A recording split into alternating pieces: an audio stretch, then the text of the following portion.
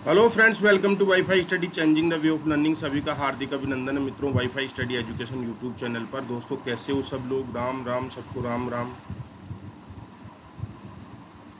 राधे राधे सबको, राधे राधे।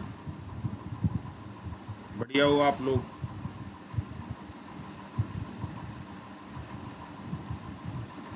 कोटि कोटि सबको हमारी ओर से ढेर सारी शुभकामनाएं मित्रों। अच्छे हो आप लोग?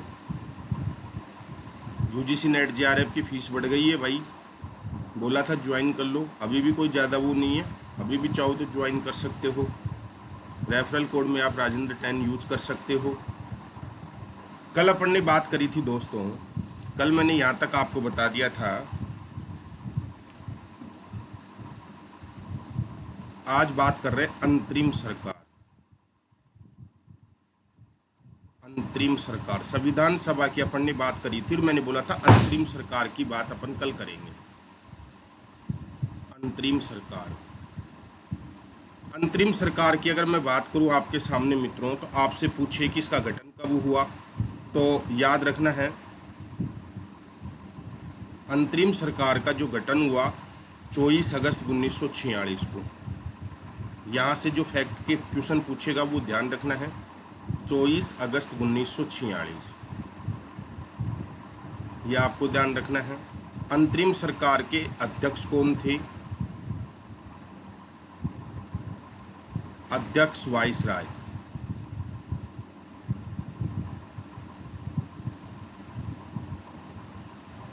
अध्यक्ष कौन बने? वाइसराय। और सदस्य कौन थे? वाइसराय की कार्यकारी परिषद के सदस्य। वाइसराय की कार्यकारी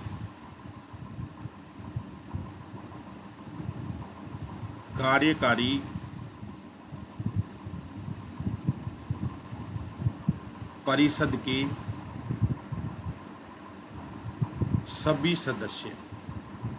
सभी सदस्य इसके सदस्य बने। उपाध्यक्ष कौन था इसका?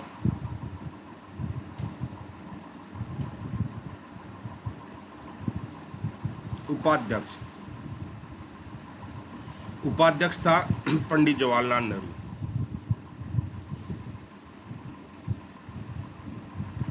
जवाहरलाल नेहरू। अब देखो मतलब क्या है इसका, एक एक चीज को समझेंगे।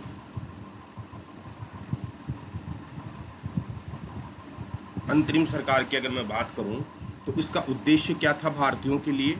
उद्देश्य भारतीयों के लिए, भारतीय इसमें क्यों शामिल होना चाहते थे? क्या थी ये उद्देश्य था कि इसमें रहकर, इस अंतरिम सरकार में रहकर, इस अंतरिम सरकार में रहकर संविधान निर्माण हेतु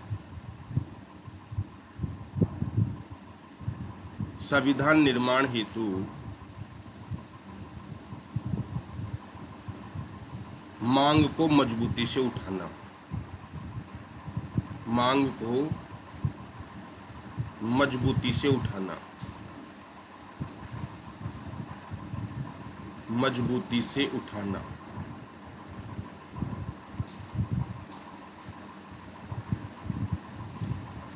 मांग को मजबूती से उठाना, याद रखना है।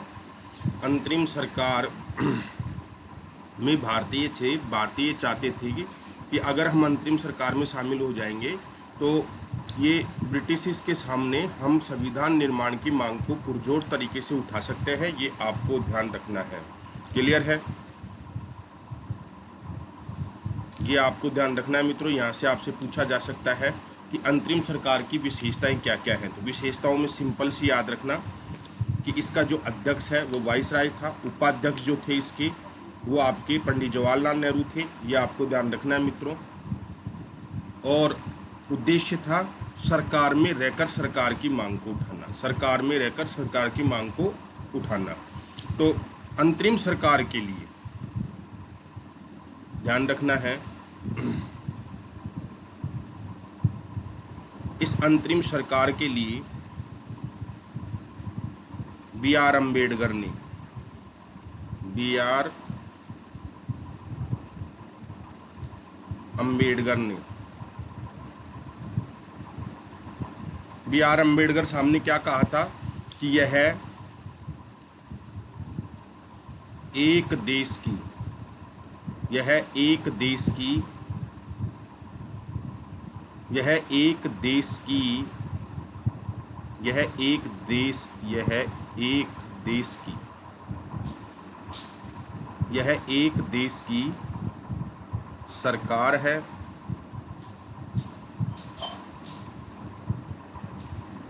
जिसको दो राष्ट्र चला रहे हैं, जिसको दो राष्ट्र चला रहे हैं, राष्ट्र चला रहे हैं।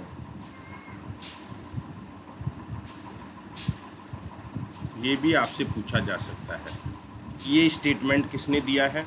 तो याद रखना है, ये स्टेटमेंट जवाहरलाल नेहरू का, उसको बी आर अम्बेडकर साहब का है कि यह एक देश की सरकार है जिसको दो राष्ट्र चला रहे हैं।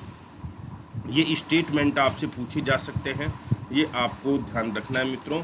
इन स्टेटमेंटों से क्वेश्चन आपसे पूछा जाएगा। क्लियर है? नेक्स्ट, अब बात करेंगे अपन संविधान सभा की।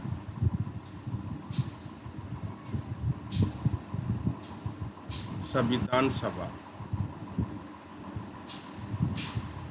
इस संविधान सभा के कुछ फैक्टों को अपन देखेंगे जो अक्सर परीक्षा में पूछते हैं आप लोगों से। तो संविधान सभा की अगर मैं बात करूं आपके सामने, तो कुछ इसके फैक्ट्स आपको बताने का प्रयास कर रहा हूं जो एग्जाम में खूब पूछते हैं। संविधान सभा की पहली बैठक,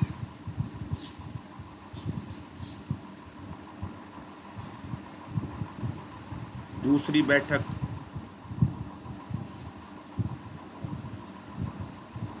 दूसरी बैठक, ये ध्यान रखना है। और संविधान जो सभा है, इसने संविधान बनाने के लिए कुल सत्र कितने किए? कुल सत्र कितने हुए? सत्र को अधिवेशन भी बोलते हैं।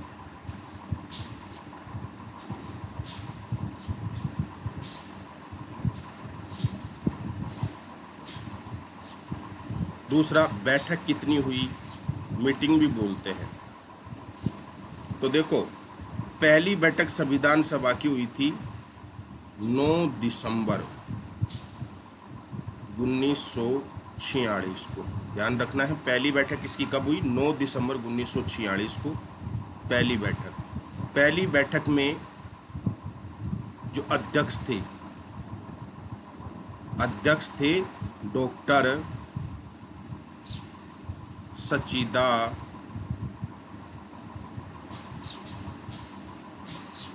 सच्चिदानंद सिन्हा,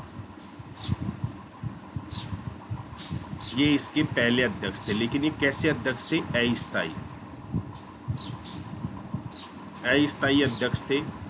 अब याद रखना है, दूसरी चीज याद रखना, इसमें उपाध्यक्ष कौन था? इसमें उपाध्यक्ष कोई नहीं था, ये भी आपको ध्यान रखना है। और इस बैठक का बहिष्कार किसने किया कि हम इस बैठक में भाग नहीं लेंगे? बहिष्कार किसने किया? तो बहिष्कार किया था मेरे दोस्तों मुस्लिम लीग ने। मुस्लिम लीग ने इसका क्या किया? बहिष्कार किया था। ये आपको ध्यान रखना है। अब बात करेंगे दूसरी बैठक की। अगर मैं आपके सामने दूसरी बैठक की बात करूं, दूसरी बैठक इसकी कब हुई, तो दूसरी बैठक के बारे में आपको ध्यान रखना है। दूसरी बैठक 2 दिन बाद में 11 दिसंबर 1946 को, और इस बैठक में बनाया गया था अध्यक्ष। अध्यक्ष थे राजेंद्र प्रसाद। राजेंद्र प्रसाद, ये इस बैठक के अध्यक्ष थे राजेंद्र प्रसाद। और इस ये कैसे अध्यक्ष थे इसके, याद रखना है स्थायी अध्यक्ष। इस बैठक में याद रखना है, इस बैठक में मेरे मित्रों उपाध्यक्ष, इसमें उपाध्यक्ष थे दो। एक था एच.सी. मुखर्जी, एच.सी.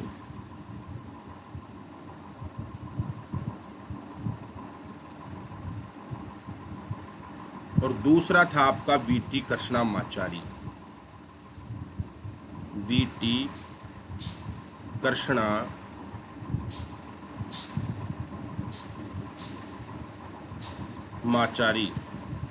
ये इसके क्या थे, उपाध्यक्ष थे। माचारी, माचारी है भाई, ये कृष्णामाचारी है, माचारी,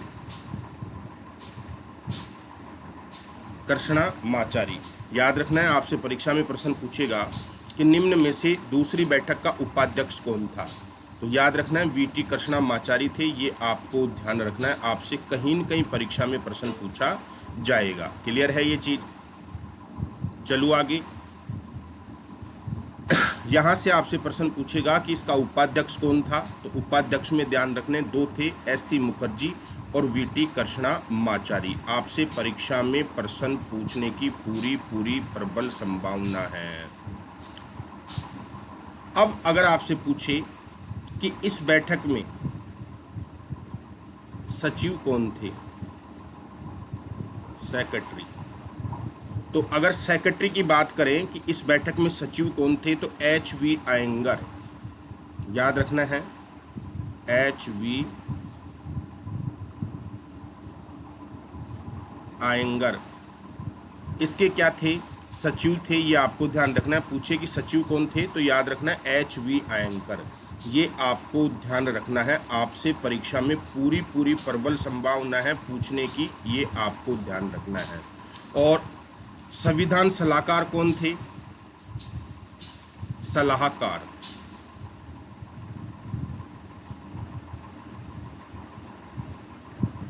सलाहकार। जैसे मैंने टेस्ट पेपर लिया था, तो उस टेस्ट पेपर में सुमेलित में क्वेश्चन आया था कि सलाहकार कौन थे, समझ में आया ना, तो बी.एन. राव,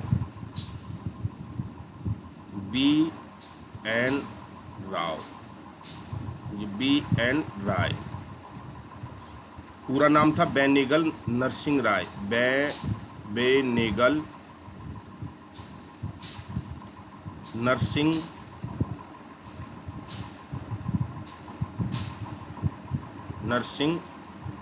राय।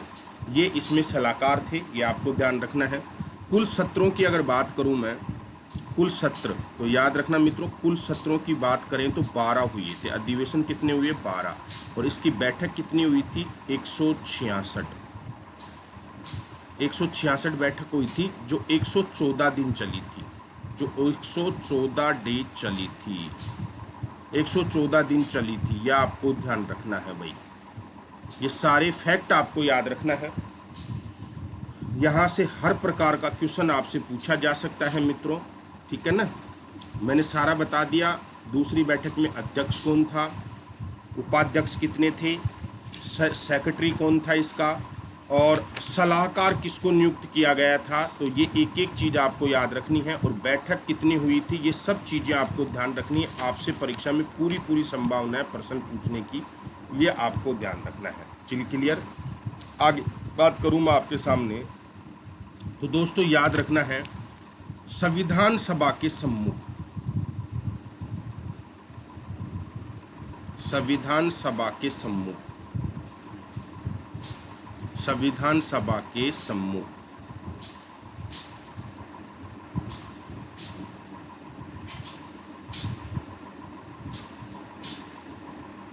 उद्देश्य प्रस्ताव, उद्देश्य प्रस्ताव। भाई संविधान सभा का उद्देश्य क्या होगा, ऐसा उद्देश्य प्रस्ताव, संविधान सभा के सम्मुख उद्देश्य प्रस्ताव। इसका मतलब क्या है कि जो संविधान सभा हमने बनाई है, इस संविधान सभा का उद्देश्य क्या होगा, ऐसा प्रस्ताव किसने रखा, ये आपको ध्यान रखना है। यहाँ से आपसे पूरी संभावना है प्रश्न पूछने की, ये आपको ध्यान रखना है। तो उद्देश्य प्रस्ताव 2 दिन बाद 13 दिसंबर 1946 को 13 दिसंबर 1946 को पंडित जवाहरलाल नेहरू ने रखा। पंडित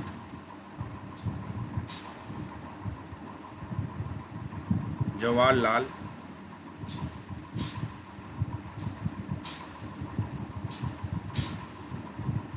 नेहरू ने रखा। ये ध्यान रखना है। दूसरी बात, ये उद्देश्य प्रस्ताव है ना, ये आधार बनेगा, आधार। ये उद्देश्य प्रस्ताव भी बना आधार,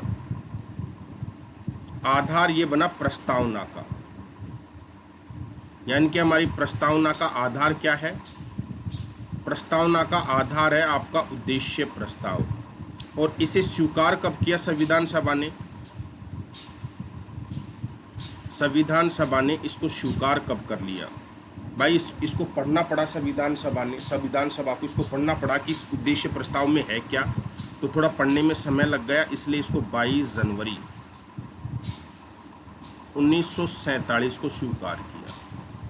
1947 को, यह आपको ध्यान रखना है बच्चों। संविधान सभा के सम्मुख उद्देश्य प्रस्ताव 13 दिसंबर 1946 को पंडित जवाहरलाल नेहरू ने रखा था। इसका आधार था, ये उद्देश्य प्रस्ताव आधार बना प्रस्तावना का, और इस उद्देश्य प्रस्ताव को स्वीकार कर लिया था 22 जनवरी 1947 को। ये आपको ध्यान रखना है, आपको पूछा जा सकता है। क्लियर है? और यही प्रस्तावना का आधार बना था, ये आपको ध्यान रखना है। अब उद्देश्य प्रस्ताव की अगर मैं बात करूं मित्रों, तो इसमें किस किस का उद्देश्य था? उद्देश्य प्रस्ताव में क्या था? उद्देश्य प्रस्ताव में क्या था? उद्देश्य प्रस्ताव में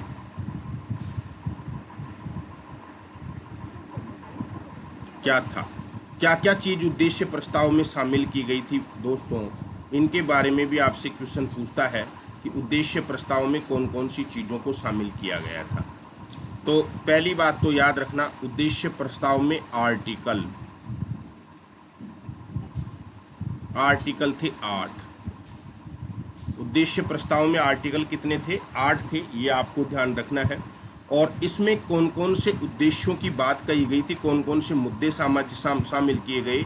तो याद रखना, एक तो सामाजिक, मैंने टेस्ट पेपर लिया तब ये प्रश्न आया था, समझ में आया ना? निम्न में से कौन सा उद्देश्य प्रस्ताव में शामिल नहीं था? तो सामाजिक,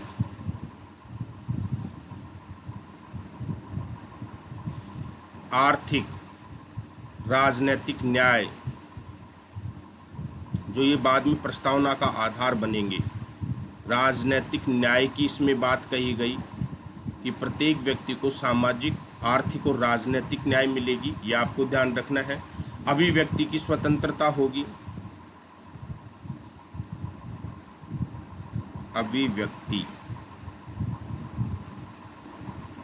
अभिव्यक्ति की स्वतंत्रता होगी।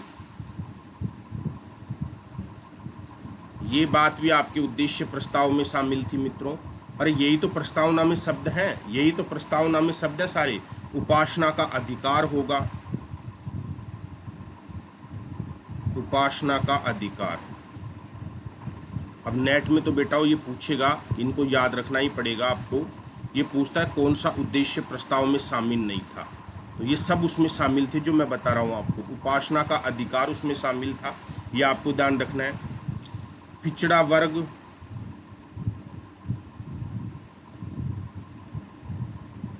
कोमा एससी, कोमा एसटी की जातियां, एससी एसटी की जातियां, कोमा अल्पसंख्यक, अल्पसंख्यक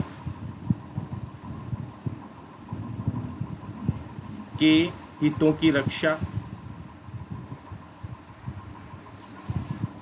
हितों की रक्षा की इसमें बात शामिल थी, ये आपको ध्यान रखना है। इसके बाद में अगर मैं चलूं तो भारत को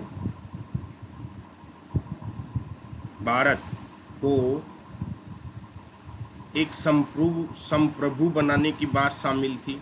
संप्रभु, अब संप्रभु क्या होता है ये आगे प्रस्तावना में समझ में आएगा।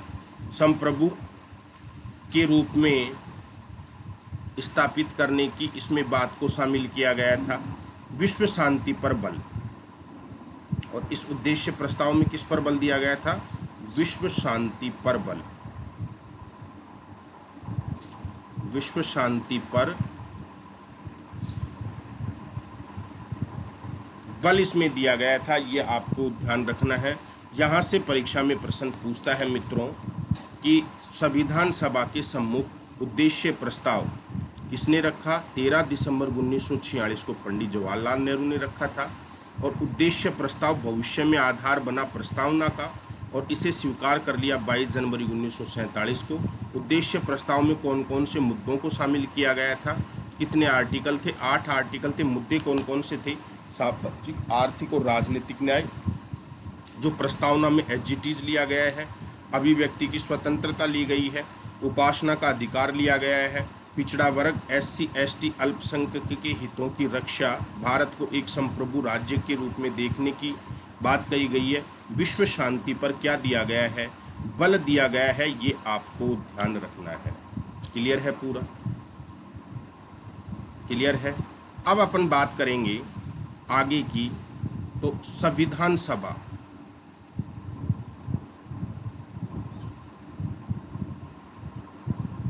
संविधान सभा, संविधान सभा की समितियां।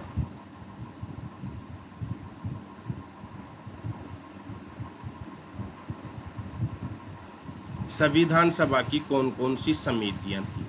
ये भी आपसे प्रश्न पूछता है, कौन किसका अध्यक्ष था, कौन किसका अध्यक्ष नहीं था। तो अपन समितियों की बात करेंगे, और जो इम्पोर्टेंट होगी मैं उसकी डिटेल कराऊंगा। जैसे एक थी आपकी संघ शक्ति समिति, संघ शक्ति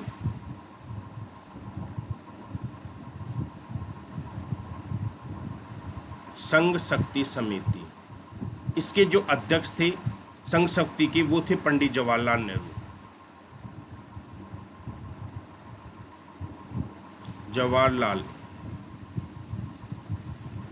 पंडित जवाहरलाल नेहरू थे, ये आपको ध्यान रखना है। दूसरी की बात करूं मैं तो संघीय संविधान समिति।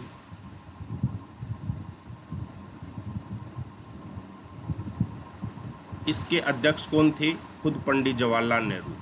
इसके भी पंडित जवाहरलाल नेहरू थे, यह आपको ध्यान रखना है। आपसे परीक्षा में प्रश्न पूछा जा सकता है। राज्यों के लिए समिति,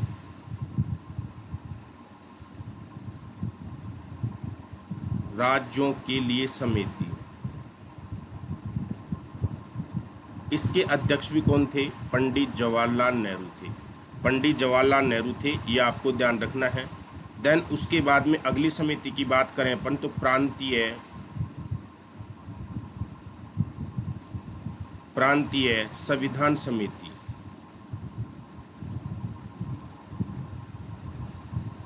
संविधान समिति, प्रांतीय संविधान समिति के अध्यक्ष कौन थे? सरदार वल्लभ भाई पटेल।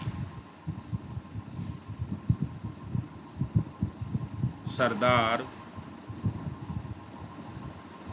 वल्लभ भाई पटेल। सरदार वल्लभ भाई पटेल इसके थे। दूसरा अगर मैं बात करूं, मौलिक अधिकार, मौलिक अधिकार एवं अल्पसंख्यक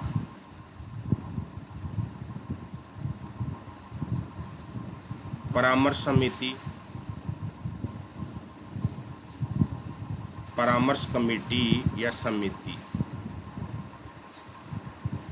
मित्रों इसके भी अध्यक्ष कौन थे? सरदार वल्लभ भाई पटेल। इसके भी अध्यक्ष कौन थे? सरदार वल्लभ भाई पटेल थे। ये आपको ध्यान रखना है। क्लियर है? नेक्स्ट आगे की अगर मैं बात करूं, प्रारूप समिति, ड्राफ्ट कमेटी।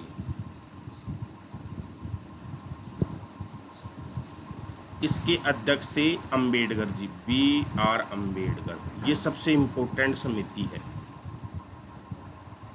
BR अंबेडकर। इसको मैं डिटेल से पढ़ाऊंगा, मैंने स्टार लगा दिया। ये सबसे इम्पोर्टेंट है, आपसे परीक्षा में प्रश्न पूछा जा सकता है, बहुत इम्पोर्टेंट है, ये आपको ध्यान रखना है। क्लियर। दूसरा, मौलिक अधिकार उप समिति।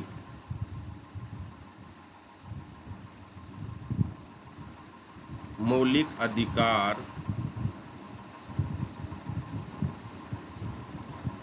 उप समिति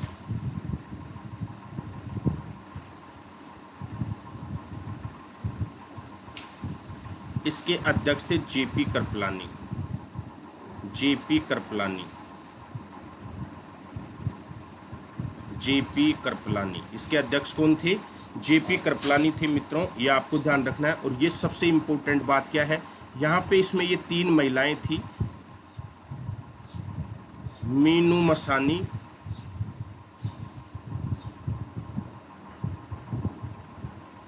हंसा मेहता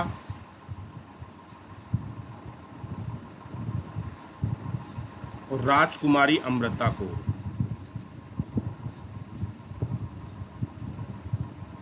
राजकुमारी अमृता कौर, अमृता कौर, ये इसकी क्या थी? ये 3 इसकी सदस्य थी। ये आपको ध्यान रखना है दोस्तों। आपसे पूछा जा सकता है कि मौलिक अधिकार उप समिति में कौन सी महिला शामिल नहीं है, ये पूछा जा सकता है आपसे परीक्षा में प्रश्न, ये आपको ध्यान रखना है। अल्पसंख्यक उप समिति, अल्पसंख्यक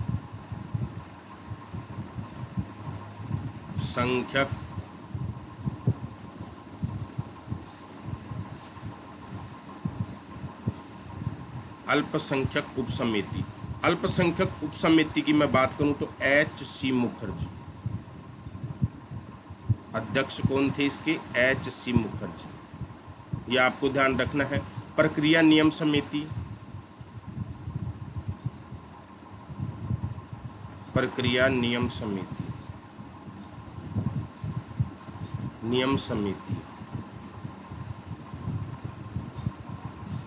प्रक्रिया नियम समिति की अगर मैं बात करूं कि इसके अध्यक्ष कौन थे तो डॉक्टर राजेंद्र प्रसाद। राजेंद्र प्रसाद, ये इसके अध्यक्ष थे, ये आपको ध्यान रखना है। और संचालन समिति,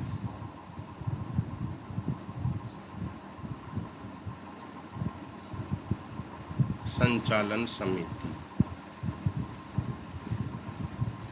इसके अध्यक्ष भी कौन थे? डॉक्टर राजेंद्र प्रसाद थे, ये आपको ध्यान रखना है। क्लियर है। आपसे परीक्षा में प्रश्न पूछा जा सकता है कि जो आपकी संचालन समिति है, इस संचालन समिति में कुल सदस्य संख्या कितनी थी? वो सॉरी, अध्यक्ष कौन थे? तो आपको याद रखना है डॉक्टर राजेंद्र प्रसाद। क्लियर है ये चीज़ें सारी। अब मैं बात करूं आपके सामने ड्राफ्ट कमेटी, प्रारूप समिति, इंपॉर्टेंट है। प्रारूप समिति,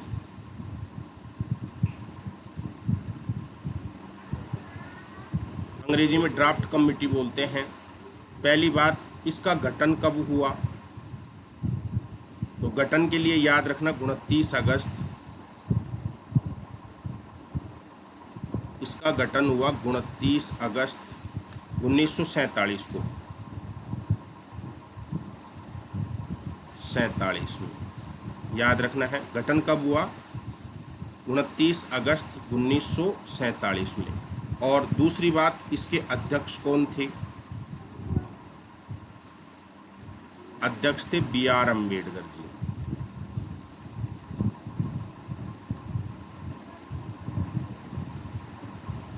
और इसमें कुल सदस्य कितने थे? कुल सदस्य, संविधान का प्रारूप इन्हीं ने बनाया है, याद रखना है। संविधान का प्रारूप बनाने वाली कमेटी है, बहुत इंपॉर्टेंट है। अध्यक्ष सहित इसमें कुल सदस्य कितने थे? 7, यानी कि 6 + 1, एक अध्यक्ष और 6 इसमें सदस्य थे, ये आपको ध्यान रखना है। अब इसके सदस्यों के नाम भी आपसे पूछ लिया जाता है। K.M. मुंशी, पहले इनके सबके नाम मैं बता दूंगा, आपको देखना है। K.M. मुंशी थे, ये आपको ध्यान रखना है। दूसरा, मोहम्मद सादुल्ला, मोहम्मद सादुल्ला जी थे, ये भी आपको ध्यान रखना है। फिर बी एम मित्तर था,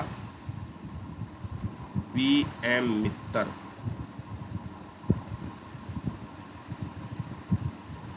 बी एम मित्तर, ये इसके सदस्य थे। फिर था अल्लादी, अल्लादी कृष्ण स्वामी, अल्लादी कृष्ण स्वामी अयंगर, पूरा नाम इसका ये था। फिर था एन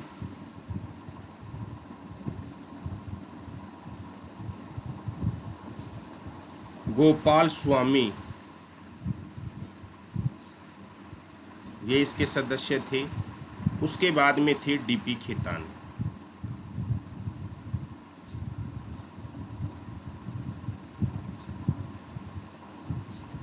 कितने हो गए, 1 2 3 4 5 6 सदस्य हो गए। ये आपको ध्यान रखना है। क्लियर है? क्लियर?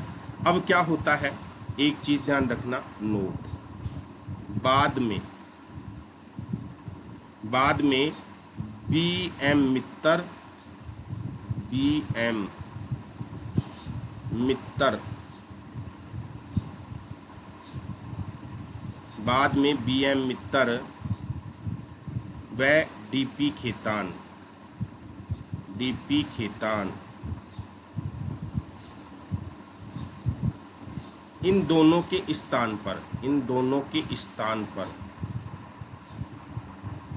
स्थान पर, यानी कि बी एम मित्तर के स्थान पर किसी और को बनाया गया था, और जो आपका बी एम मित्तर के स्थान पर किसी और को बनाया बाद में, और डीपी खेतान के स्थान पर किसी और को बनाया है, ये आपको ध्यान रखना है। तो इसके स्थान पर, बी एम मित्तर के स्थान पर तो एन माघव को बनाया गया, और इसके स्थान पर वीटी कृष्णामाचारी को, वीटी कृष्णामाचारी, इनको इसका सदस्य बनाया गया। याद रखना है, ये रिप्लेसमेंट हुआ, यानी कि इनके स्थान पर तो ये बन गया और इनके स्थान पर ये बन गया, ये आपको ध्यान रखना। अब याद कैसे रखना है इनको? याद देखो, ये सब कृष्ण के पर्यायवाची हैं, कृष्ण जी के पर्यायवाची, पर्यायवाची है। अब साहब कैसे पर्यायवाची हैं देखो, मुंशी, मुरली मनोहर मुंशी वाले की जय, कृष्ण भगवान की जय हो, समझ में है ना? हे गोपाल गोविंद, समझ में है ना? गोपाल गोविंद, माधव, माधव और कृष्ण, ये देखो सब कृष्ण के पर्यायवाची हैं। दो नाम याद रखना है, दो याद आपको नाम याद रखना है। एक सादुल्ला साहब का नाम याद रखना है आपको बस, और एक अम्बेडकर साहब का नाम याद रखना है, बाकी तो सब कृष्ण जी के पर्यायवाची हैं। आपसे परीक्षा में प्रश्न पूछता है कि निम्न में से कौन कृष्ण जी के पर्याय, निम्न में से प्रारूप समिति के कौन सदस्य थे?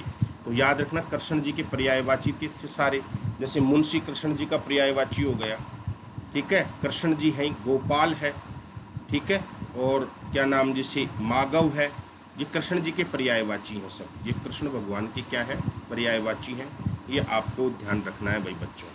तो याद रखने का ये सबसे बढ़िया तरीका है। और किसके स्थान पर किसको रिप्लेसमेंट किया गया, ये भी आपसे पूछा जा सकता है। क्लियर है मित्रों?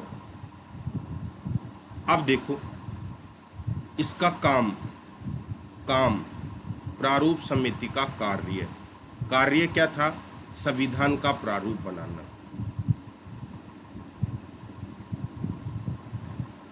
संविधान का प्रारूप बनाना, यानी कि संविधान का ड्राफ्ट बनाना, प्रारूप बनाना। तो सर्वप्रथम किसने बनाया इस समिति में? सर्वप्रथम किसने बनाकर दिया था? सर्वप्रथम प्रारूप, तो सर्वप्रथम प्रारूप बनाया बी एन राव ने। बेनेगल नरसिंह राव ने, बेनेगल नरसिंह राय ने, तो यानी कि बी एन राय ने, शॉर्ट में क्या बोलूँगा, बी एन राय, शॉर्ट में क्या बोलूँगा, बी एन राय। याद रखना है, इसने सबसे पहले प्रारूप बनाकर दिया था, ये आपको ध्यान रखना है। तो आपसे परीक्षा में प्रश्न पूछा जा सकता है मित्रों कि प्रारूप बनाकर किसने दिया, ये आपको ध्यान रखना है। क्लियर है। प्रारूप समिति की पहली बैठक, अगर आपसे पूछे कि इस प्रारूप समिति की पहली बैठक कब हुई, पहली बैठक, पहली बैठक, प्रारूप समिति की पहली बैठक कब हुई, तो आपको याद रखना है 30 अगस्त 1947 को, 30 अगस्त 1947 को, 1947 ने, क्योंकि 29 अगस्त 1947 को बन गई और पहली बैठक कब हुई थी, 30 अगस्त 1947 में। समझ में आया ना। और इसने इस प्रारूप पर कितने दिन तक चर्चा करी थी, कितने दिन चर्चा चली, कितने दिन चर्चा चली, दिन चर्चा चली, चर्चा कितने दिन चर्चा चली, तो 114 दिन इसी पर चर्चा चली थी, 114 दिन इसी पर चर्चा चली थी। ये आपको ध्यान रखना है। क्लियर है, क्लियर है मित्रों, ये आपको ध्यान रखना है, आपसे परीक्षा में प्रश्न पूछा जाएगा। क्लियर है। चलो आगे। और अंतिम रूप से संविधान सभा ने इस प्रारूप को कब स्वीकार किया, कब स्वीकार किया, कब स्वीकार किया, यानी कि संविधान सभा ने अंतिम रूप से इस प्रारूप को कब स्वीकार कर लिया मित्रों, ये भी पूछा जा सकता है। तो अंतिम रूप से स्वीकार कर लिया 26 नवंबर 1949 को। संविधान सभा ने प्रारूप समिति के प्रारूप को अंतिम रूप से कब स्वीकार किया, 26 नवंबर 1949 को। यह आपको ध्यान रखना है, आपसे परीक्षा में प्रश्न पूछा जा सकता है कि प्रारूप समिति ने अंतिम रूप से प्रारूप कब स्वीकार किया, 26 नवंबर 1949 को। और ये 26 नवंबर 1949 के दिन ही, 49 को ही हमारा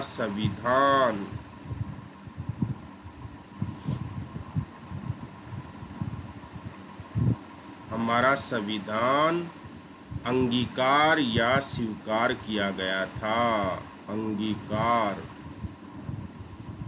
या स्वीकार किया गया था। ये भी आपसे पूछता है, स्वीकार किया गया था, किया गया था। ये भी आपको ध्यान रखना है कि संविधान सभा ने कब संविधान के प्रारूप को स्वीकार किया। इसीलिए 26 नवंबर को 2015 से क्या मनाया जाता है, संविधान दिवस मनाया जाता है। 26 नवंबर को क्या मनाया जाता है, संविधान दिवस। और ये मनाना प्रचलन कब आया था, ये प्रचलन आया था 2015 से।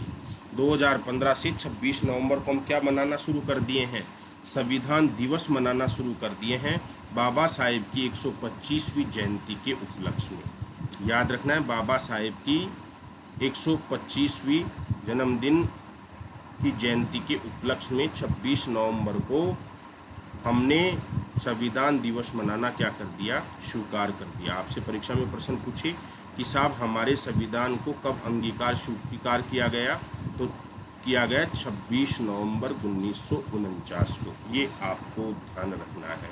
क्लियर है। और इस 26 नवंबर 1949 के दिन, 26 नवंबर 1949 के दिन कुल 16 आर्टिकल लागू हुए, 16 आर्टिकल लागू, और आपातकाल और नागरिकता लागू, आपातकाल और नागरिकता लागू, नागरिकता लागू। उसी दिन आपातकाल भी लागू हो गया और नागरिकता भी लागू हो गई, याद रखना है। अब साहब ये पूछे कि पूर्ण रूप से संविधान को कब लागू किया? पूर्ण रूप से, पूर्ण रूप से संविधान लागू, संविधान, संविधान लागू, तो याद रखना है 26 जनवरी 1950। पूर्ण रूप से संविधान लागू कब हुआ? 26 जनवरी 1950 को। समझ में आया ना? और इसी दिन को हम गणतंत्र दिवस के रूप में मनाते हैं। तो पूर्ण रूप से हमारा संविधान लागू, अब आपसे पूछेगा आंशिक रूप से संविधान लागू कब हुआ? तो 26 नवंबर 1949 को। ये आपको ध्यान रखना है, आपसे परीक्षा में प्रश्न पूछा जा सकता है। क्लियर है? और दूसरा आपसे पूछेगा कि पूर्ण रूप से संविधान लागू कब हुआ? तो 26 जनवरी 1950 को लागू हुआ। ये आपको ध्यान रखना है, आपसे परीक्षा में प्रश्न पूछा जा सकता है। क्लियर है मित्रों? 26 जनवरी 1950 को। और इसी दिन हमारा क्या बना था? 26 जनवरी को ही हमने गणतंत्र दिवस के रूप में मनाया। क्यों गणतंत्र दिवस के रूप में मनाया, इसकी चर्चा हम करेंगे कल की क्लास में। ठीक है दोस्तों, कोई ज्योग्राफी का स्टूडेंट हो या पेपर फर्स्ट के लिए पढ़ना चाहता हो तो इधर उधर भटकने की आवश्यकता ही नहीं है। क्लास बढ़िया चल रही है। यूज रेफरल कोड राजेंद्र 10 और आज ही क्लास ज्वाइन करके आनंद लो।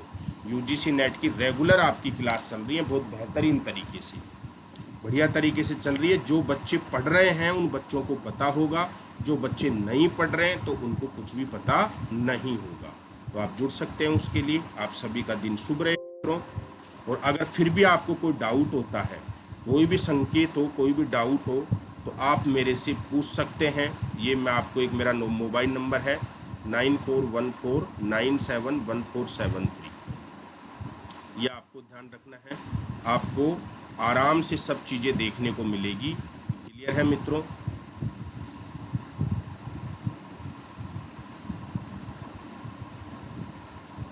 तो बाय।